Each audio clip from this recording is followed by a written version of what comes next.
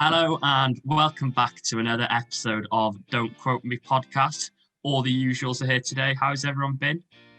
Surviving, mate, to be honest. Not bad. There's one difference in particular. Tom, would you like to show us your tash? No, it's awful. It's awful. It's for a good cause though. So, a good cause. are we ready to get straight into it? Yeah, we'll leave a link to Tom's thing in the description, Tom's donation thing. Yes. So we'll donate any money you can towards a good cause. So the first segment of the show is bring a quote. So each person is going to bring a quote and we're going to discuss it all from, recently in the past 2 weeks. So Tom, would you like to bring yours first? Yep. Well, so I've started mine off with quite a controversial one. I've got Ole Gunnar Solskjaer. He's come out this week amidst of claims that he's not right for the job, and he has said that you've got to stay strong. I'm employed by the club to do a job, and I do that to the best of my ability with my staff. I want to know your guys' thoughts on that. So, Barbora, when someone in hockey, for example, is leading a team and they're not doing very well with the team aren't responding to the manager and they're quite low, what normally happens in those circumstances? Does the manager get sacked, or do they get given time to show what they can do? It's of course depends on in which league this is happening. So for example, if I take it to the Czech highest league, if these results are for a longer time and the team is unsuccessful for a longer time, there always is happening to change the coach or the manager. As a United fan, I don't think his job should be, under any sort of risk at all. It's difficult because who do you get in? I think he's the man for the job. Realistically, he's not got the tools at his disposal that he'd want to have. He'd not got backed in the summer. I think there's no point 3 months into a season, sacking the manager when you didn't back him in the summer. If he'd have got who he wanted through the door, if we'd have got Jadon Sancho in, for instance, I don't think we'd be in the mess that we're in now. Alex and Chris, I'm seeing some dodgy faces from you two. What's your thoughts on that? I'm going to instantly disagree with you, Lewis. I think you can't really say there's no one out there for the job when Pochettino's sitting in the wings ready to go. You can't say there's no one there for the job. I don't think he's... What did he win at Spurs? Ollie won the Norwegian Prem. He still won. You can only win the competitions you're in, and he won the competitions he was in. I think you've got to back Pochettino in that circumstance, because as a Southampton fan, I watched him bring us from a bottom table team to a top table team. Ole is not a good manager. I'm sorry, but he's not. He got Cardiff relegated. I was about to say that. I was about to say, Lewis, I can give you a prime example of Ole Ball in the Premier League. He took my club down. To be honest, he's not a miracle worker, Alex. Let's be real now. Cardiff are always going down. We weren't in that bad a position. We were in a bad position, but look at the players he brought in. You got to bear in mind, Wilfred Zaha. He wasn't bringing in rubbish players, and he still got relegated. Your argument with Pochettino, he said that he would have quit Spurs if they'd have won the Champions League final because he felt as though that's all he could have done. That's not the type of mentality I want as a manager of my club. I want my managers to think we're not only going to win the Champions League this year, we're going to win the treble next year. But there's also it's not just Pochettino out there. You've also got Max Allegri, who has literally won so much with Juventus. Too defensive. It doesn't matter how defensive. I think there's layers to it. I think United from a club from top to bottom are rotten. Okay, they're rotten to the core. Okay, but that doesn't mean that you need to settle for mediocrity, and that's what you're doing with Ole Gunnar Solskjaer. You got 66 points last season. Yeah, you came third, but in the vast majority of other seasons, you'd have come 6th or 7th with that points total. Okay. But I also want we beat PSG 2 weeks ago in the Parc de France. Okay, the issue is not beating. We're a cup team. We are a cup team. Is that what you're going to settle for as a Man United fan? Well, no, but what I'm saying is you're never as far away from success as you think you are. Like Liverpool, for instance, 3 years before they won the Champions League, if I'd have told you within 3 years, Chris, you'd have probably, maybe they lost to West Brom away, for instance, and at that period of time, you'd have gone, no, definitely won't happen. You're never as far away. from But success. then that change came with the arrival of Jurgen Klopp from Brendan Rodgers, and we were settling for mediocrity with Brendan Rodgers. Mine ties in perfectly to that actually, because it's go on, Alex. It's a Roy Keane quote after the was it Chelsea game on the weekend? Yeah, Arsenal. That's it. Yeah.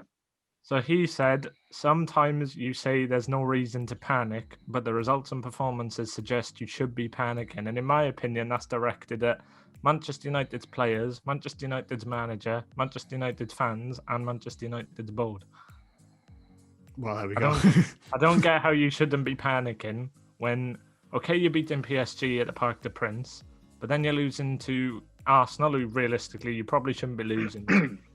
You're getting average results in the Premier League, and then the other night you go and lose to Istanbul. No, there should generally be. But guys, zebras can't see orange. That's why Man United didn't win. All right. There we go. I agree with that Roy Keane quote. I mean, Man United got Everton next. That's a worrying one because Man United are sat in 15th at the moment. They could go down to 17th. Yeah, another one, Barbara. So like a big club falling down, having awful results in a hockey setting. How would they react? I think if it's a true fans, I think the true fans always believe in like the club they supported. But I think that every team, every club has like the bad season, good season. It's a lot of reason why the game isn't so good as we get used to. But I think that always the team, the fans, the players in every kind of sport always like should be in panic, because we have a like idiom in Czech language, and it says like proud previous fall. So I think that all the players should be panicked because it's just one match. It's like 60 minutes in hockey, 90 minutes in football, I think, yeah. So it's just one match, and every time it could like end two reasons: they win or they lose, and I think they should count with both of the opportunities. Okay, my quote is from Dan Even, and it sounds it was not a perfect end to the year, but it summed it up. Tennis in 2020. There was silence after good points. Is a quote after the match with Stan Wawrinka, and I want to like know your opinion. If you like think that the consequences of the matches without the supporters, without the fans, have some like serious consequences on players. I think definitely. I mean, Dan Evans, he's been in and around for a while, British tennis player. And to think, tennis, they're silent during points. So, that bit doesn't change. But then after inspiring bit of play, like if Rafa Nadal just whipped out his tennis racket and did it between his legs, or like, if Roger Federer did this brilliant backhand slice, something like that, you couldn't, there's no appreciation. And I think it's sort of cathartic to have that appreciation, if you know what I mean. I was going to say, I think watching football since it's returned without fans, its impact on the match itself has been massive. I think we've seen like stupid amounts of goals in every game, where I think as if the fans were in the stadium wouldn't happen. I'm sorry to bring it up, Chris, but 7-2, I don't think would have happened if there were fans in the ground. It would not have happened. And there's just been too many matches recently where I think goals have been flooding in because there's no pressure on the players. And also in tennis as well, I think it's slightly different to football, because with football, there's still, you've still got 10 other players with you pushing you on, whereas in tennis, you're probably going to be by yourself. So it's a lot harder to adjust to being in an empty place by yourself, having to play one other person with a few officials around you. My quote sort of ties into that as well. My quote is from Robbie Savage following the tweets that Oliver Dowden made about cancelling grassroots football at every stage in England. So the quote is, I want to see scientific evidence that says how COVID is spreading in an outdoor arena in grassroots sport. So children are allowed to go into school and be in a classroom with maybe, 15, 20, 25 people, but they're not allowed to meet up with the same people outside in an environment to, play football, to exercise, whatever. And the point he was raising was that obviously, A, that doesn't make sense, and B, it might have a detrimental impact on the pupils' physical and mental health. I was just wondering what other people thought about that. Yeah, I think, right, I'm not going to bring political thoughts into this, but I'm against lockdowns anyway. I don't think they work. But if it's all one way, that's fine. So if schools and sport stop, but everything stops, that's fine. I get that. And if they all start, that's fine for me. That's fine with me as well. That's cool. But it's all this wishy-washy mixing with no real clarity and definition that really confuses and sort of affects people. Like, there's no goal to when all of this stuff will finish. There's no thought as to when, everything can go back to normal. I know it's an unprecedented situation, but there has to be some sort of consideration for this nation's mental health. That's the one thing that really gets on my nerves about this whole lockdown thing, is they're focusing so much on the actual virus, where the mental health side of things really isn't a factor to them. You've seen so many suicide rates go up now because of everything, and I know it's not got anything to do with sports itself, but suicide is very important. Not suicide, mental health, sorry, it's very important, and the suicide rates in itself is important. You've got to keep an eye on that, and the government need to understand that. Barbara? Yeah, I think it's also harder for younger children. As the university student, the students on the secondary schools, it's not so hard for us. We are getting used to be in touch through the social sides.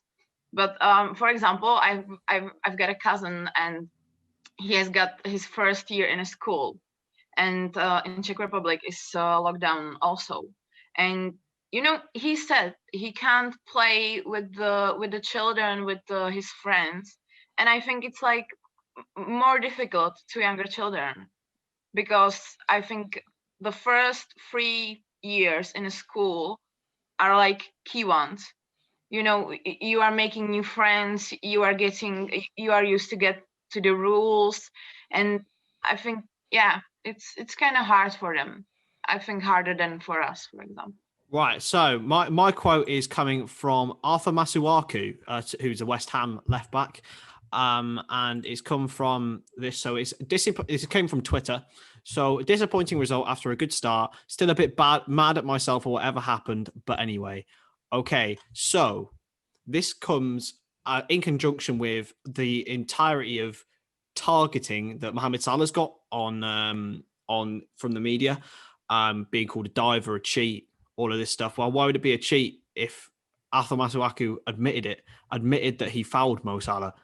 And then moving on from that, there's been comparisons in the media of the way they treat Mo Salah and the way they treat Harry Kane, and it comes from both white and BAME media pundits. So I see Garth Crooks called Harry Kane clever and Mo Salah a diver. Over the last few seasons, we've seen Salah dive a bit too often. I think over the last season, he kind of toned it down. I don't think he dives as much. So I think in recent terms, calling him a diver is a bit unfair. In terms of Harry Kane, I think after watching a few clips over the weekend of him backing into defenders, I think what he does, and I do agree with Garth Crooks, is quite clever. He backs into the defenders knowing that they're going to get contact with him and give him a penalty or a free kick just on the edge of the box. I think, if that was your striker, Firmino or Rashford, or is it who's your Cardiff striker? I forgot. Or, sorry, I don't watch Championship football. You would be happy that he's doing the same. I think any team who had that striker doing that would be happy. But I think in terms of calling Salah a diver recently is a bit unfair and not right. I think I'd have to slightly agree, but then slightly disagree as well, because you see the way Salah gets contact and everything. Some of them are a bit. I think it's the way he, especially in seasons before, he used to it was the body movement. It was the way he'd like throw himself. His arms would go up. He'd like spread himself on the floor. It's a bit, it's not conventional. It looks a bit weird if you're just gonna like throw yourself on the floor and start spreading about. But I think this season and possibly the end of last season, now you can't really call him a diver because at the end of the day, they're probably taught these sort of things in training. If you feel minimal contact, you have to go down because it's possibly the best way you're going to get a goal in that situation. If he doesn't go down and they miss, everyone blames Salah then for missing a chance. Whereas if he goes down, wins a pen and scores, how isn't he getting equal amounts of praise as much as he's getting negativity put towards him? Because you got to think he's going down, winning the penalty, scoring. And if he didn't go down and missed an easy chance, then it's equal amount as negativity. Where's the positive side of this? I think a lot of the time as well, there's a perception of certain players. I know a few years ago, I remember Ashley Young was quite bad for diving. And I think referees knew that he was quite bad at diving. And then it got to a point where he was actually being fouled in the box and referees just wouldn't give it because he had such a bad reputation.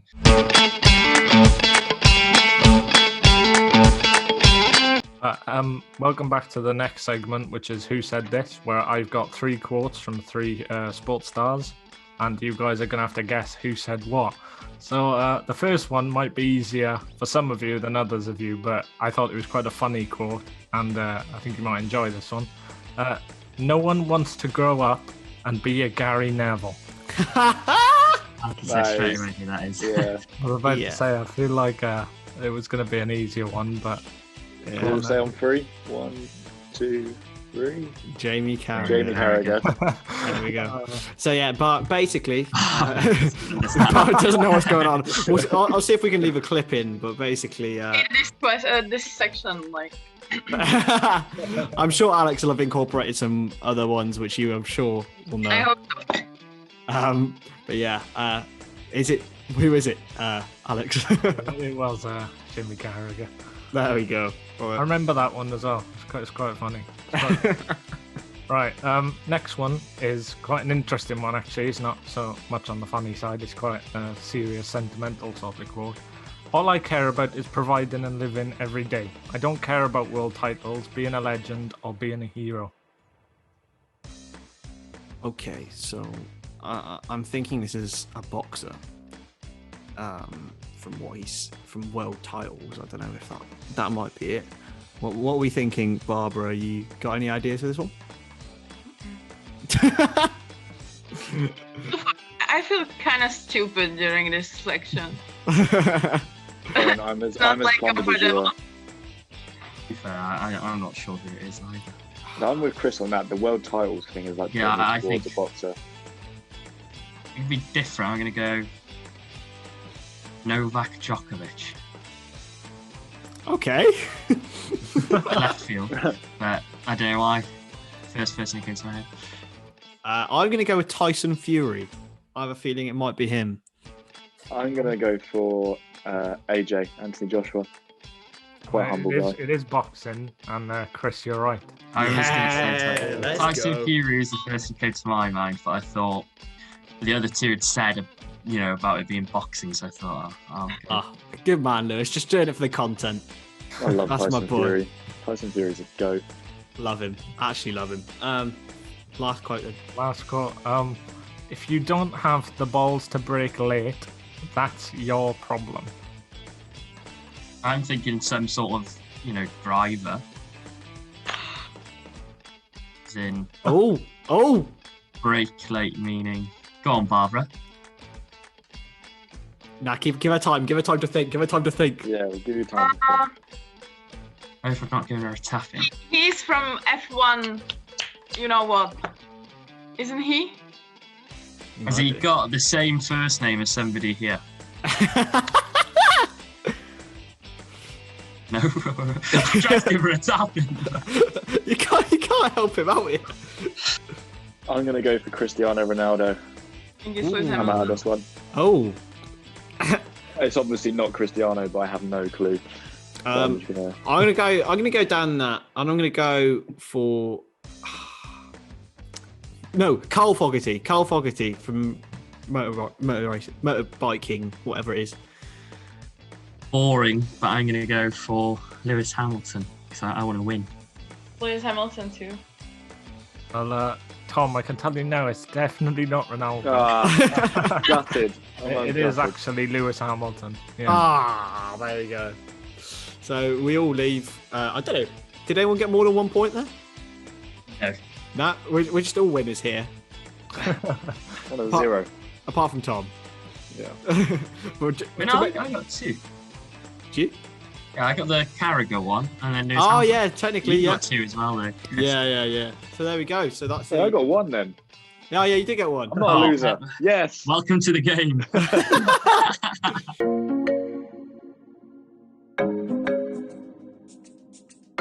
So the next and last section is would I like to?